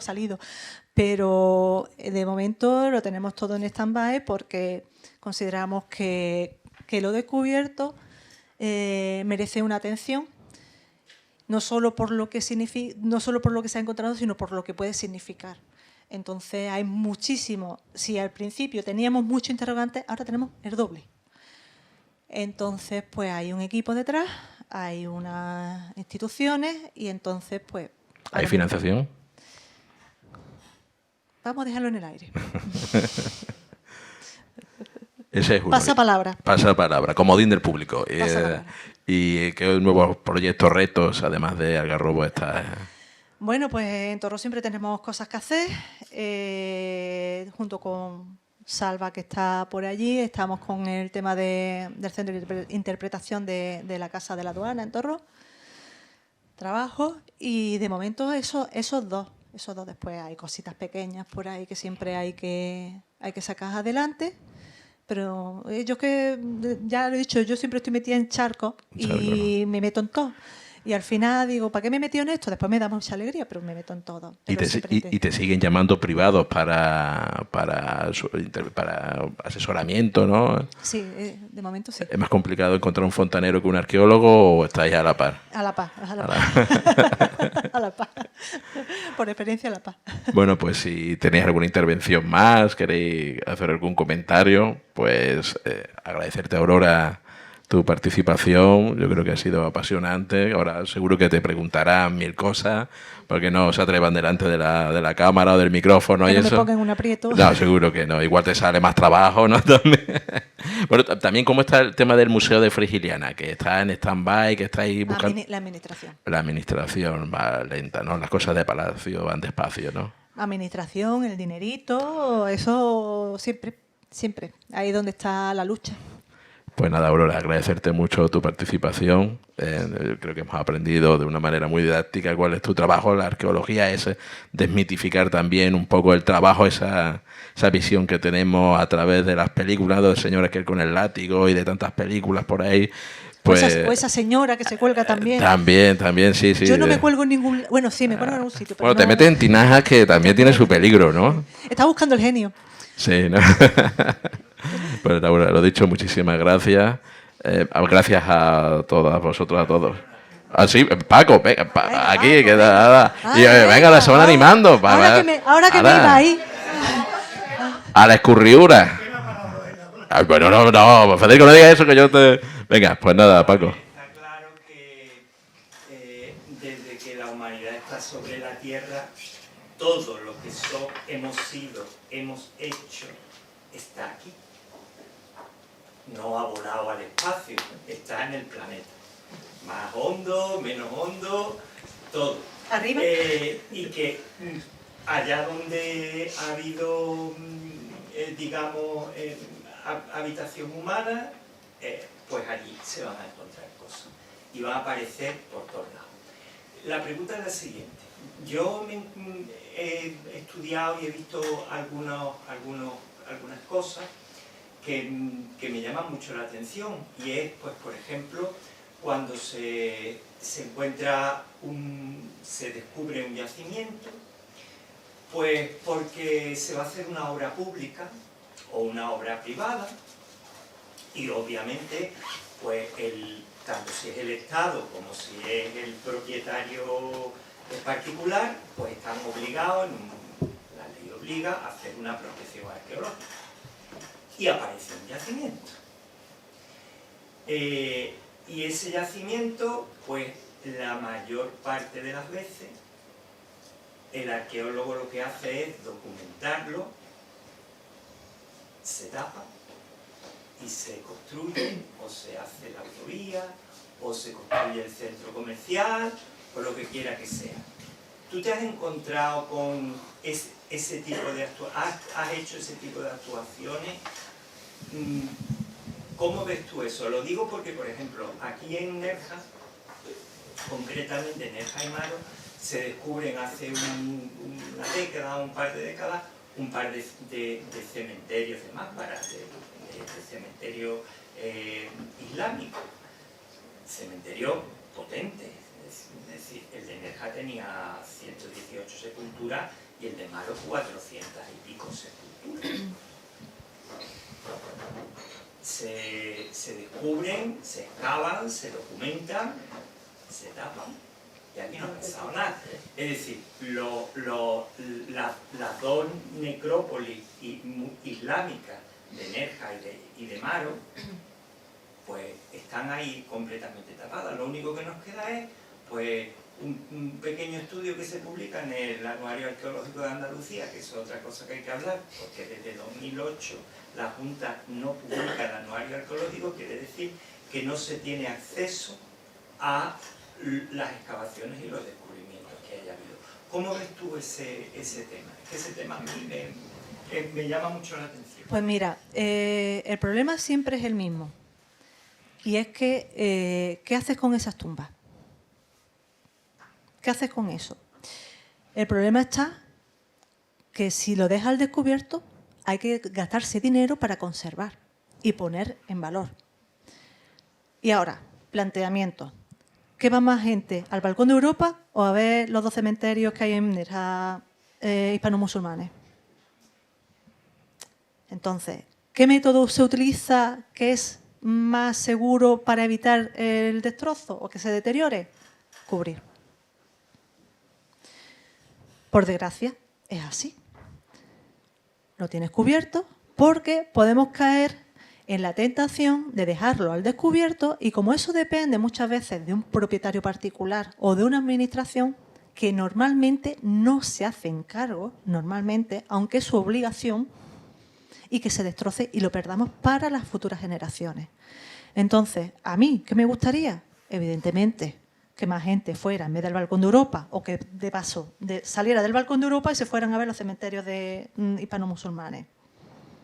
A mí me encantaría eso, pero hay que ser realista a veces y poner en valor lo que realmente puedes conservar. Pero mucha gente dice, vamos a ir a ver el cementerio de Maro. ¿Y qué ves? Ves, vulgarmente y peyorativamente, 4 agujeros en el suelo. ¿Tiene la documentación? Sí. Otra cosa es que cogiéramos e hiciéramos recorridos. Es decir, no solo fueras a ver el cementerio de Maro o el cementerio de aquí de Castillo Alto. Entonces, si tú ya tienes un contexto, tienes no solamente el cementerio, sino también tienes el castillo, una habitación, tienes un contexto más amplio, entonces ya te estás jugando una carta más segura. Es decir, tu partida de póker va a escalera por lo menos. Pero si no, es muy complicado. Es que estamos hablando de cementerio, pero es que, fíjate, Toscano. Estamos hablando de un yacimiento excepcional, que si lo pusieran en valor, es un valor añadido al turismo, porque lo estamos viendo todos los veranos cuando se hacen las campañas de visitas. Es un yacimiento que es referencia internacional en el mundo fenicio. No estoy hablando cualquier cosa. ¿Pero qué pasa? Las instituciones. No vemos más allá de. A medio, largo plazo nos parece mucho tiempo. Tenemos aquí el caso también de la calzada romana, ¿no? Es decir, el planteamiento que tú estás haciendo con respecto al expolio. Es decir, ahora se le ocurre a alguien llegar allí y llevarse las piedras o lo que sea y... Un balate. Sí. Mira qué piedra más bonita para un balate. Y las colocan en un balate y te quedas tú y dices, pero se carga mi calzada romana. Pero aquí sabemos que el puente viejo de Maro también se ha utilizado piezas... Están por ahí. Sí, exactamente. Entonces, cuando las cosas son este tipo de hallazgos y están tan sumamente aislados, hay que plantearse qué es lo que hacemos con eso. Y estoy hablando de eso como de cualquiera. Es decir, es que hay cosas que tú dices, si no le están tomando en cuenta a eso, a ese yacimiento que es toscano, estoy hablando por él porque lo conozco bastante bien, y ahora resulta, le vamos a tener en cuenta, yo me pongo como profesional en la balanza, y tú dices, ¿dónde me gasto el dinero? Si es que me faltan euromillones para poder invertir. Y después el tema del anuario es que es horroroso. Horroroso. Porque para colmo nos tienen condicionados a los arqueólogos que hacemos intervenciones arqueológicas. A ver, la Junta de Andalucía te da una autorización para que tú hagas una intervención arqueológica, pero a la vez ellos se guardan lo que es la propiedad intelectual de tu intervención. ¿Qué quiere decir eso? Que por eso se publican los anuarios. Tú tienes que entregar cuando terminas tu memoria preliminar, aparte de proyecto, trabajo, memoria preliminar, memoria final y resumen artículo resumen, como lo queramos llamar. Bueno, pues, si tú no entregas todo eso en un tiempo determinado, eso tiene unos plazos, resulta que la siguiente intervención, si tú esos plazos te lo has saltado por cualquier descuido, hay veces que son cosas que tú dices, bueno, es que esto se me ha pasado. Resulta que la Junta no te da autorización para hacer la siguiente intervención si tú no tienes entregado el artículo. Bueno, pero si no me lo estás publicando. Bueno, entonces, ¿esto de qué va? Eso quisiera saber yo. ¿Por qué desde 2008 eso no se ha llegado a publicar? Con el agravante de que todo ese material lo tiene la administración en sus despachos, almacenes y no en archivos abiertos al público donde el investigador puede ir y leer. Si yo quiero documentarme sobre una excavación que tú has hecho, cuya memoria se encuentra depositada en la Delegación de Cultura de Málaga, en el despacho de no sé quién, porque no se ha publicado en el Anuario Arqueológico de Andalucía, yo no puedo hacer. La única vía es que te pongas en contacto con el investigador y que amablemente te ceda esa publicación. La única. Es decir, aquí ya lo que tenemos es un grupo de WhatsApp con los investigadores. Déjame no sé qué, venga. Es así. Es decir, es que hasta la misma administración a veces nos maltrata. Bueno, y tú lo debes de saber, ¿no? Cómo va aquí el tema. Federico, tenía por ahí una cuestión que te he visto. ¿Hay en Málaga, en el Museo Arqueológico, alguna referencia, algún hallazgo en Nerja? ¿Alguna pieza que se haya encontrado aquí o algo? A ver, de la cueva una pecha. De la cueva sí, pero... Pero de lo que es de Nerja en sí, después, otra cosa es que te vayas allí al museo y te digan, busca a ver si te queda algo. Debería haber. Te lo pregunto porque hace poco, 50 años nada más. Casi nada. Ya eres monumento. Poquito. En los años 70, 71, 72, entonces hubo una ampliación de la carretera, que la hizo una empresa, Sato, y al hacer la recta de Macaca, pues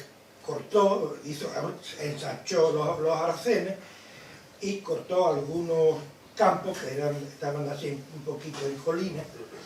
Y bueno, y un día había una maestra aquí de Cáceres y me dice a mí, lo dice a mí porque yo desde los 10 hasta los 15 años viví en Mérida.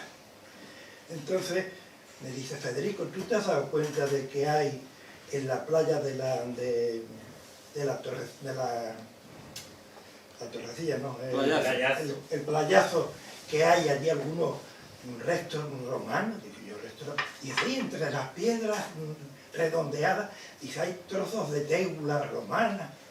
Y yo no me he dado cuenta de nada de eso.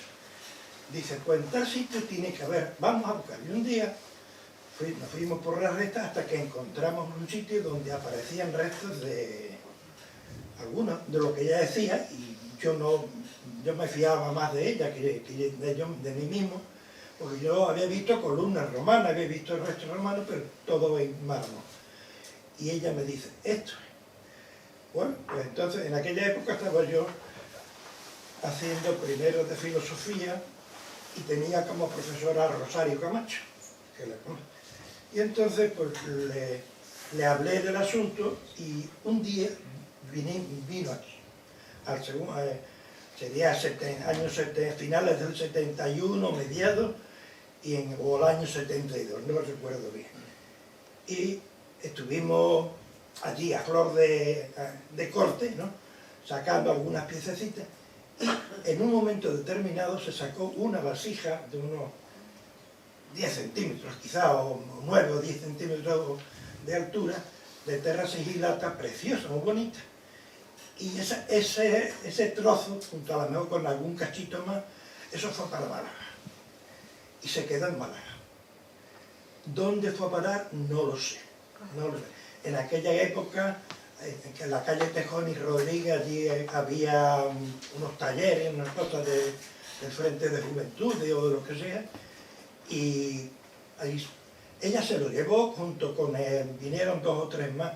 También estaba de aquí de Nerja, estaba Pepe Luis Peci, también vino nos ayudó a encontrar, y se lo llevó, y ya no hay vuelta a saber nada más de esa vasija. Por eso te he preguntado si allí en el Museo de Málaga había alguna vasija, ya te he dicho, muy bonita, ¿eh? Yo creo que completa, o tenía quizá no sé, uno de las asas, de las 2 asas, una rota o algo, pero preciosa. Y para catalogarla, para estudiarla, pero en aquella época no había museo en Nerja, ahora sí lo hay. Me imagino. El problema está en que estas entradas antiguas, a saber dónde están. Es decir, es sorpresa. No, puede ser. Te preguntaba porque también puede estar metida en alguna caja de zapatos, metida. Si está en una caja de zapatos, yo no lo sé. Bueno, caja de zapatos, por decir un recipiente, ¿no? Sí. Pero cuando una cosa pequeña o algo frágil se puede envolver en papeles o se puede envolver en algodones, y como una cosa todavía pequeña, a lo mejor no está bien catalogada, ¿lo ves? Se coloca en una estantería y se puede... Que no te extrañe.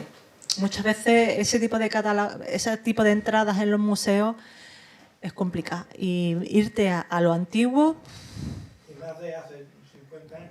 es difícil. Yo sí recuerdo a nivel bibliográfico una referencia que hizo Pedro Rodríguez Oliva a esa obra. Pero la verdad es que no recuerdo que él lo estuvo visitando o algo por el estilo, pero no sé si se llegó a hacer algo. Por aquella época había un catálogo de hallazgos entre Málaga y provincia. Se hacía. Y había un catálogo de yacimientos localizados, pero claro, yo te hablo, el catálogo es anterior a la fecha en que yo te... Yo recuerdo algún catálogo, pero muy antiguo. A los años 40, sí, algo así, lo de Murillo y tal, pero de esa época. Ya te digo, yo la referencia que tengo sobre esa zona es esta. Sí, eso, porque yo mañana me voy para Málaga y es cuestión, es decir, pero más que mi labor, sería labor del director del Museo de Nerja, es decir, que ellos mismos desde esa institución fueran a buscarla. Si realmente está depositada y la pueden encontrar, sería labor de ellos. Ya te digo que de aquí salió y fue para Málaga. Ya no sé qué pasos se hicieron en Málaga para, a lo mejor, Rosario Camacho la dejó en el sitio. Rosario Camacho sabrá algo, ¿no? Si se acuerda. Yo sé que hubo vinieron varios de Encarnación Serrano vino. ¿Cuál era? Sí, Rosario Camacho era la profesora de Historia del Arte, ¿no? Ella. Sí. Vino también Encarnación Serrano, Oliva, Pedro. Yo sé que estuvieron, eso es la famosa villa romana del Cerro de los Cancharrales, sobre la que esta mujer, Pilar Corrales nos habló como una posible Villa Mare y todo esto. Yo no tengo conocimiento, pero todo es cuestión de... Ella decía que más o menos eso podía ser un sitio donde se tiraban vasijas o ánforas o cosas. Todo es cuestión de quizás indagar. era Claro. un basurero de cosas de cosas rotas. Y no sé, yo como si fuera Todos los yacimientos la son. carretera que venía de Málaga, ¿por dónde pasaba? Aparte de por Torrón. ¿Venía por la costa o se tiraba? No, por la costa no venía. Venía por donde hoy está el túnel de la autovía. Ya. El puerto de las Tres Piedras, que le llamaban, venía por ahí el camino, venía por ahí, cruzaba, iba luego hacia la vía romana, luego hubo un desvío entrando en Nerja por la ermita, la calle San Miguel, todo eso, pero el camino costero no es hasta que va, eso está muy reciente prácticamente. Todo es cuestión de buscar, de interesarse. Yo quería hacerte también otra pregunta. Tú estás trabajando en el Faro de Torró, en lo que era Cahuitlum. ¿Qué relación hay entre la gente de Torró y las ruinas y Cahuitlum? Ay, no le llame ruina, que queda muy feo. Yacimiento arqueológico. Pues Yacimiento. Yo es que veo tanta ruina por todas partes. Sí. Que todo ya me parece. Ya hay, hasta por la calle lo hace. ¿Qué quieres que te diga? Pues mira, había mucha distancia con respecto al yacimiento. Pero poco a poco volvemos a lo mismo, es un trabajo de educación, un trabajo de contacto, de difusión, y entonces se va tomando más conciencia. Yo he vivido en aquel yacimiento, 2009, te estoy hablando, de pasar la gente al lado del recinto del Faro antes de que abrieran el centro de interpretación, muchísimo antes, de coger, ir con la lata de Coca-Cola y hacer adentro, y tú quedarte. ¿De dónde ha venido esto? Hemos pasado de eso a que ahora por lo menos la gente pone en Facebook de que si está descuidada, de que si tiene hierba, de que si ha pasado algo, es decir, se va acercando cada vez más, afortunadamente. También tiene mucho que ver con la labor que se hace con los colegios, con acercarnos también a los mayores, es decir, que no ha sido un trabajo de un día a otro, sino que también hay muchísimo trabajo detrás de mostrar el yacimiento y que lo conozcan. Y ya hay algunos que se acercan y te cuentan, por mi abuelo, y por mi abuela, pues yo aquí me he criado, y te cuentan la historia, y la típica del maremoto, de que vino un maremoto y se cayó la ciudad y todas esas cosas, pero eso es verdad. Y tú ya empiezas a explicarle pues un poco las circunstancias que rodean al yacimiento, las que tú conoces. Evidentemente hay muchísimos interrogantes alrededor. Otros no son interrogantes, son edificios de Bauhaus, pero también. Salvador, ¿tú tenías una pregunta? Yo, había dicho, Rosario Camacho está jubilada, pero muy activa, vive, se le puede preguntar. Ella es, bueno, Paco bien sabe, de barroco, pero vamos, para mí que la conozco un poco, bastante, seguramente que si ella se hizo cargo de la pieza, es una autoridad de la máxima. No me cabe duda que lo entregaría en el museo. Yo tampoco tengo dudas. Puede que esté catalogado, pero no esté en exposición porque, por ejemplo, yo controlo lo de Torrón, que a simple vista, yo, cuando entré después de 20 años está cerrado, aparte de yo ahora cuando entré de la emoción, porque solamente quedaba un bedel de los que estaba antes de que se trasladara desde la calle donde estaba el Museo Picasso hasta la nueva ubicación, y yo me iba todas las tardes al museo porque me encantaba de aquel museo. Y me consta de que bastante catalogado por todo este tiempo de 20 años que está cerrado, se ha estado trabajando en unas naves, porque Elisa Aquiles me la está comentando y bastante. ¿Tú conoces al arqueólogo que está trabajando allí? Paco, ¿te acuerdas del nombre? ¿Dónde? En el museo hay un señor que ha ido a varias conferencias de él con el pelo largo. Ya, pero yo ya para los nombres... No sé quién me está diciendo, pero yo estoy ya... Por la directora María se le puede preguntar que, claro, los inventarios seguramente...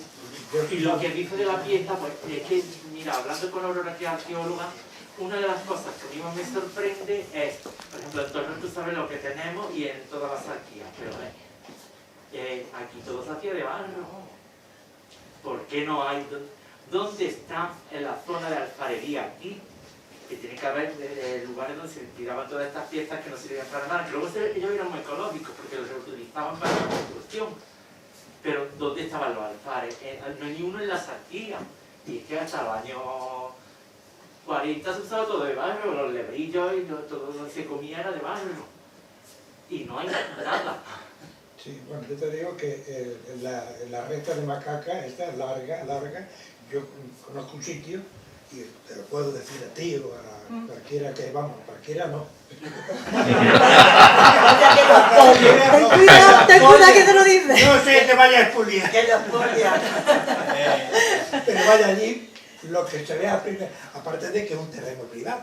Sí. O sea, todo lo que hay. Esa es otra. Cerca, es un terreno privado, entonces, como y desde ahí hasta la playa, hasta el playazo, hay unos buenos, pues habrá por lo menos 300, 400 metros, o sea, y allí lo que se ve, restos gordos de tejas, bueno, o vasijas con culos muy gordos, o con paredes muy gordas, pero lo hay de todo, más delgados, más gruesos, y entonces con permiso del agricultor, el dueño, se podría excavar, pero vaya, en principio solamente visualizar.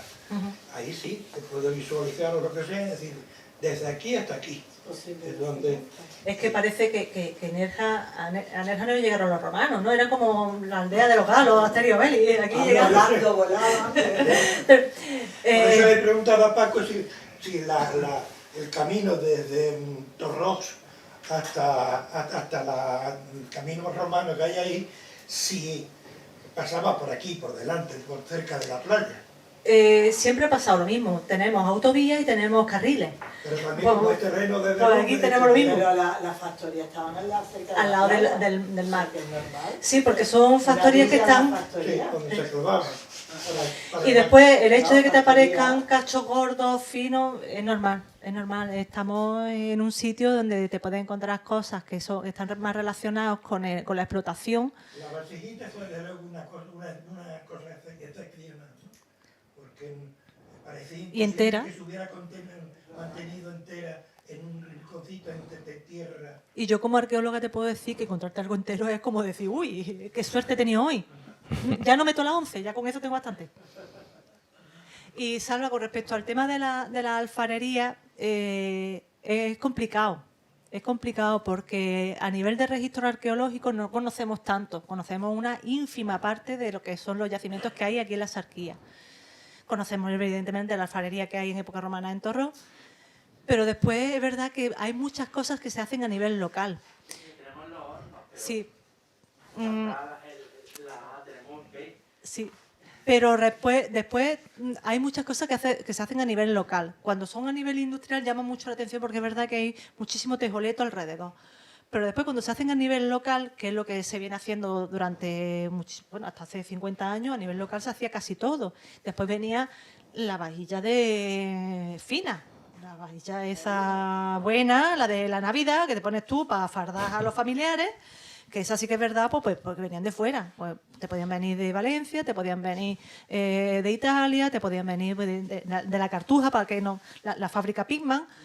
Pero a nivel local se ha estado haciendo cerámica hasta hace 3 días. En Frislienario yo recuerdo el tema del tejar alto y el tejar bajo, que ahí es donde Las se... tejas son de, vamos, yo cuando hice mi casa y quité las tejas, es que guardo una porque es que están las huellas dactilares desde que la he hecho. Porque tú sabes cómo la hacían, con el molde y poniendo la placa de barro y era con las manos, que hacía como si... ¿Tu molde? A nivel local... Se le ve la huella dactilar puesta y es Sí. Increíble. Sí.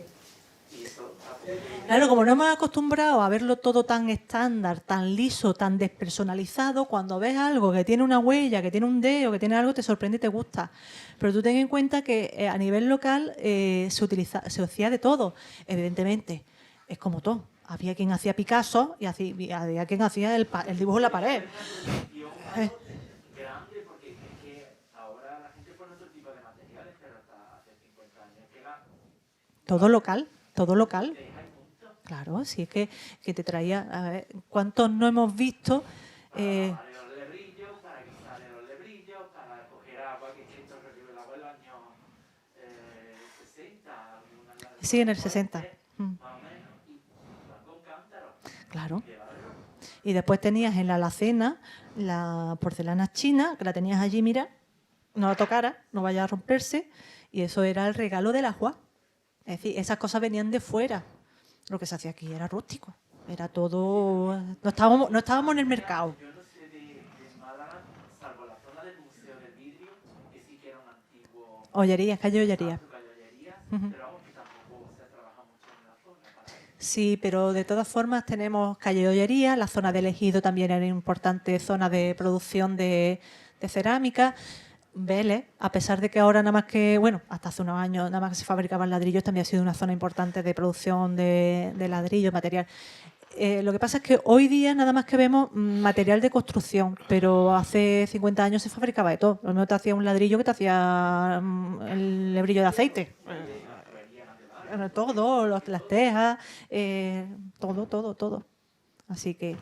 Yo he visto en Málaga, en el Ejido, hacer allí ladrillos y también cualquier otra cosa, pero ladrillos a montones. Los hacían con barro, algunos le echaban paja, otros no, y después los ponían a secar, quitaban el molde, había un molde de uno donde harían o 4 o 6 ladrillos o 8, ¿no?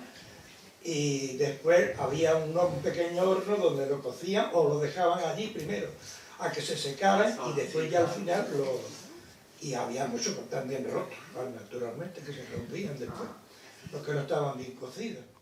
De todas formas, estoy hablando de época antigua, pero ¿de dónde salen tanto ladrillo para hacer todos los ingenios? Todo, sí, eso lleva una ingente cantidad de material. Entonces, muchas veces, tú ten en cuenta que vosotros sabéis mejor que yo que los mismos ingenios tenían su alfarería, ¿sí? Hacían para hacer las formas de azúcar. Entonces, que no te extrañe que previamente a esa instalación, o aledaña a esa instalación, que tuvieran su alfarería y que antes de hacer, o al mismo tiempo, cuando pudieran, vamos a hacer esto, venga, pues vamos a hacer ladrillo. Y tocaba hacer ladrillo. El que hace un cacharro de un porrón de azúcar, te hace un ladrillo así, porque no está, es mucho más fácil. Pero yo recuerdo un caso en el que nos salió en el convento de la Trinidad en Málaga un ladrillo de la fábrica Pickman de Sevilla. Entonces, que muchas veces parece que es todo muy local, pero hay veces que también te sorprende que te traen cosas de fuera. No hemos estado tan malamente, como diría Rosalía, ¿no? Pues... Yo quisiera, sobre una cosa que ha dicho ella, hacer una reflexión. Sobre el tema de, cuando hablaba de la arqueología, de la interpretación que el arqueólogo tiene que hacer a partir de los materiales que encuentra. A ver, la historia siempre es contemporánea. La gente piensa que los historiadores lo que hacemos es hacer un relato a partir de una serie de datos, de documentos, de documentación arqueológica o en papel, en fin. Y lo que hacemos, lo que hace el arqueólogo, lo que hace el historiador es escribir un relato, contarle a la gente. A ver, yo tengo todo esto y he averiguado todo esto, era yo esto, se lo tengo que contar a la gente, o se lo quiero contar a la gente. Y escribo un relato. Los historiadores somos narradores, nos dedicamos a contar relatos. Es verdad que un historiador serio, un arqueólogo serio, el arqueólogo es un historiador también, ¿eh? Entonces, no se inventa, se atiene, hay un método científico, se atiene a unas evidencias que encuentra, una documentación, lo analiza, hace hipótesis, los contrasta, etcétera, ¿no? Pero escribe relatos. Y hablaba de cómo muchas veces tú tienes que, al cabo del tiempo, reconfigurar, reescribir el relato. No porque seas un revisionista, sino pues porque ha avanzado la investigación, tu visión es diferente. seguramente la historia que se escriba dentro de 40, 50 o 10 años ya sea distinta a la que se está escribiendo hoy, por dos cosas fundamentales, porque hay una acumulación de saberes. El historiador del siglo XVIII no tenía la acumulación de saberes que tenemos nosotros hoy en 2022. Y en segundo lugar, porque cambia la mirada. La mirada que tenemos la gente de nuestro tiempo no es la misma que la que tenía el historiador de 1930. Ni es la misma que la que tendrán los historiadores dentro de un tiempo. Y ahí entra el tema de la historia de género o la arqueología de género. Yo no estoy tampoco muy de acuerdo con todo el tema de la... pero sí que le veo un sentido. Y es que a lo mejor es muy difícil hacer arqueología de género. Pero sí es cierto que el papel que la mujer ha desempeñado a lo largo de la historia está muy oculto porque los que han escrito los documentos en los que los historiadores nos basamos para hacer nuestros relatos han sido hombres y son hazañas o historias hechas por hombres. Y la mujer queda muy en segundo lugar y hay que arañar mucho para encontrar datos acerca de ella. Y yo creo que el papel de la historia de género no está tanto en ahora vamos a hacer historia de género, sino vamos a intentar descubrir qué papel ha desempeñado la mujer en determinadas épocas históricas o a lo largo de la historia, etc.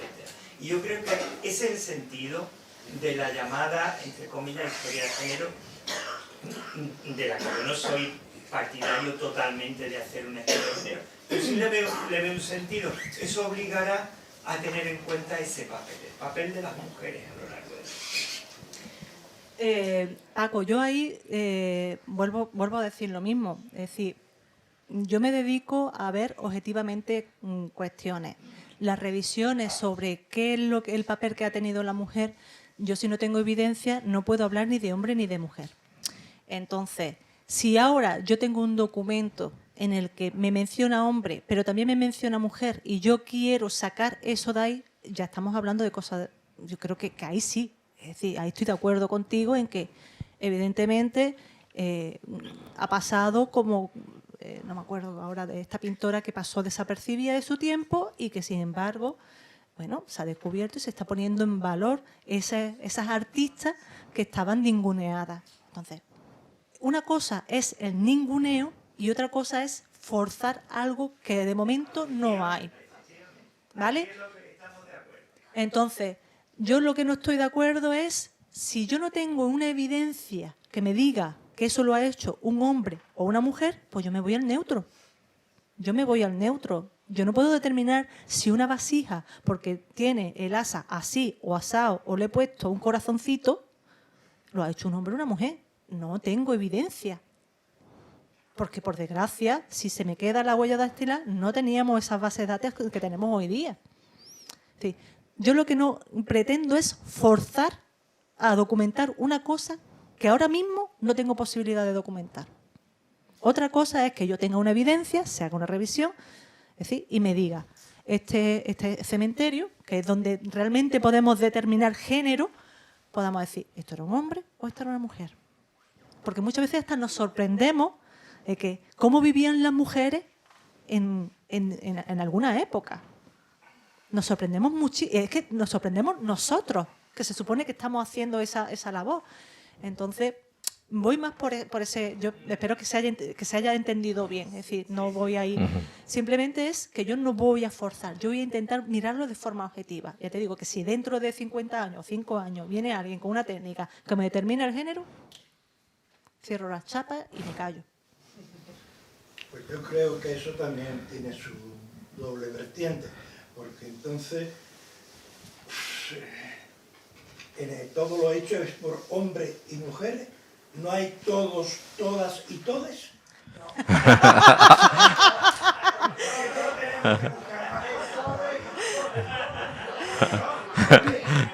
Lo que está claro es que aquí no llegamos si no hay conjunción de dos géneros. Eso lo tengo claro. Pero también está claro que el movimiento feminista ha, digamos, influido en que haya una mirada distinta en muchas disciplinas. Por ejemplo, se está reconsiderando la autoría de hombres para muchas pinturas rupestres de cuevas.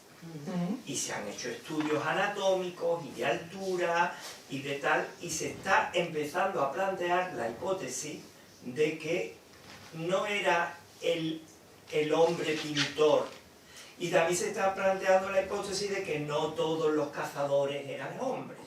Pero volvemos a lo mismo, Paco, es que la percepción es que el investigador, en su momento que lo estudió, tenía esa percepción. Claro, yo también tengo que reconocer que yo vengo a partir de esa evolución, es decir, de hombre y mujer. Entonces, claro, yo no puedo determinar si una punta de flecha o una punta de lanza la ha utilizado un hombre o una mujer.